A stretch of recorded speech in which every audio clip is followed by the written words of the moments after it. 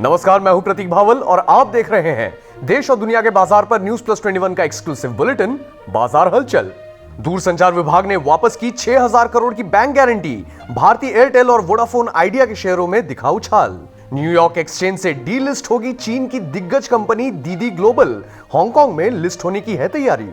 RBI के आंकड़ों के अनुसार निवेश और कारोबारी सुगमता में गुजरात ने महाराष्ट्र को पीछे छोड़ा। इन्फिनिटी फोरम में बोले प्रधानमंत्री मोदी, फिनटेक को क्रांति में बदलने का आ गया है समय। मोबाइल पेमेंट है रिकॉर्ड स्तर पर। वित्त मंत्री निर्मला सीतारमण का बयान, क्रिप्टो करेंसी जैसी मुद्रा पर नियंत्रण के लिए बनाना होगा वैश्विक तंत्र। एयर इंडिया को नई उड़ान देगा विदेशी सीईओ। टाटा सन्स ने शॉर्टलिस्ट किया नाम। भारत की गीता गोपीनाथ बनेंगी अंतर्राष्ट्रीय मुद्रा कोष यानी आईएमएफ की डेप्यूटी मैनेजिंग डायरेक्टर। संस्था में पहली बार टॉप के दोनों पदों पर कार्यरत हैं महिलाएं।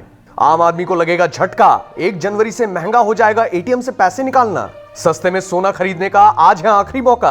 आरबीआई के पोर्टल से सीधे खरीद सकते हैं सॉवरेन गोल्ड बॉन्ड। पेंशन भोगी 31 दिसंबर तक जमा कर सकेंगे जीवन प्रमाण पत्र। सरकार ने आगे बढ़ाई तारीख। देश और दुनिया के बाजार से इसी तरह अपडेट रहने के लिए लाइक और सब्सक्राइब कीजिए हमारा चैनल। नोटिफिकेशन के लिए बेल आइकन दबाना मत भूलिएगा और देखते रहिए न्यूज प्लस 21, आपके हक की बात।